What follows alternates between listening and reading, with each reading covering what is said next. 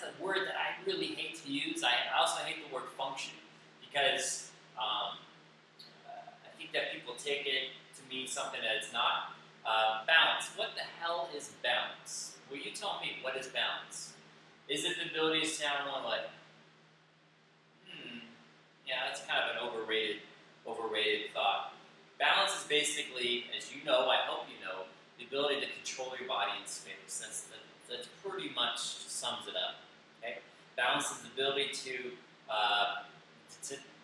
absorb ground reaction force and be able to control momentum in it, and hopefully any direction that you go to. So we got some systems that control balance. One of the biggest ones, or the biggest one, is actually vision. Vision is a highly used source that helps control our body in space. Another one is the inner ear, the vestibular system, which helps us orient our head with respect to gravity. A third very major one, of course, is the proprioceptive system. It's basically the system of sensors, skin, and the connective tissue, muscle, and the joints itself that help detect motion, position, vibration, stretch, compression, all that stuff. So all those things work together to basically give your brain a representation of where you are at that very instant. And it's mostly done subconsciously. So, but there are some things that you can do consciously to help augment that system, those systems. One of the things that people think they need to really work on when they're improving balance is the ability to stand on one leg. And I, for the most part, would disagree with that. Another thing that people think they need to do is work on an unstable object, which is a Dynadisc or even a slack line, which is a favorite of mine. But again, that's something that you do down the road. This isn't something that you do right after post-injury. This isn't something that you do with a senior necessarily either. All you need really is gravity and some room, okay? And the fancy tools can come over time. One of the biggest things that you might want to work on is strength. If someone is very weak, shoot, just the ability to be able to do a 1-rep squat is crucial, or the ability to go down onto the floor and then get back up again. I mean, that actually takes quite a bit of strength, and that might be something that you might want to work on, and that may be one of the biggest things. Another one is mobility. A lot of people in this society are glued up because they've been sitting all day long, 10 hours. I myself, I've been sitting a lot more the last month, and I tell you, I'm in a lot more discomfort and pain than I've been in a long time. So the ability to move, and this isn't talking about the ability to palm the floor, or stretch in a hyper motion. We're just talking about the ability for all your joints to move in all the directions that they're designed to, which includes your knee. So this is one that I actually have everyone do, even seniors, even people that had knee surgeries, and this little circular one. Do I do it day one at 3 days after discharge from physical therapy? Probably not, but maybe. Okay. Another one we like to do is just get the hips moving in all directions, side to side, forward, back, a little rotation. Okay, we can add the arms. Okay, so we talked about strength a little bit. We talked about mobility. Another one is coordination. Okay, and basically, I consider coordination the ability to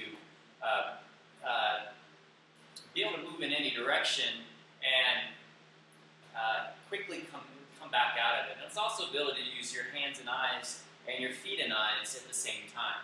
So working on coordination is another cool one. Now, it wouldn't be a cool video if I didn't show you at least a few things. And none of these things are fancy. And also, I'd like to say this.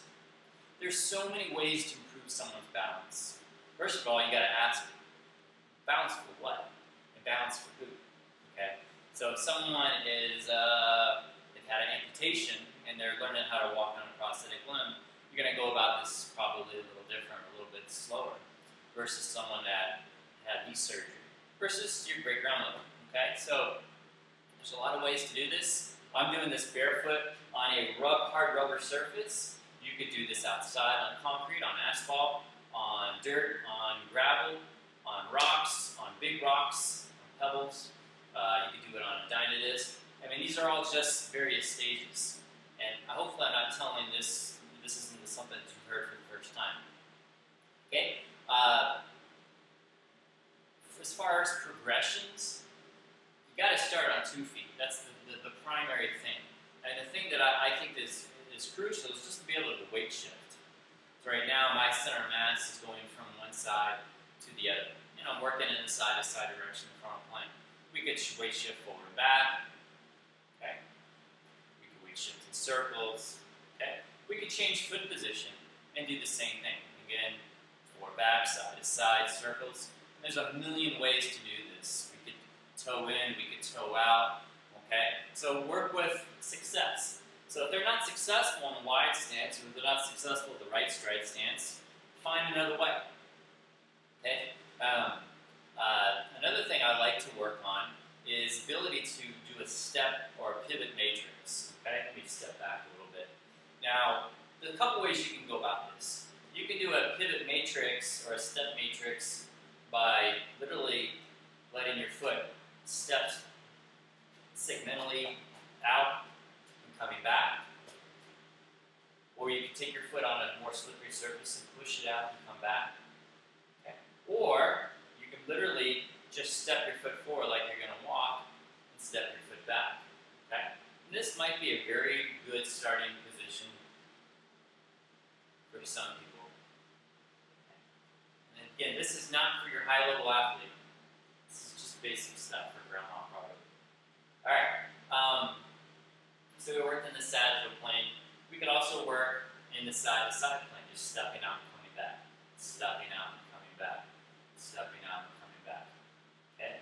Now, right then, I put most of my weight on that foot, loaded, and came back out of it. I could also just step and come back, step and come back. And you can see I'm leaning. I'm actually using my trunk to counterbalance the leg that just stepped out. Okay? I could open it up and come back. I could open it up and come back. I could also come back, take it back into a curtsy and come back. So, this is such a simple video. If you have any questions, feel free to let me know. I love to work with complex cases, so feel free to hit me up if you have any questions.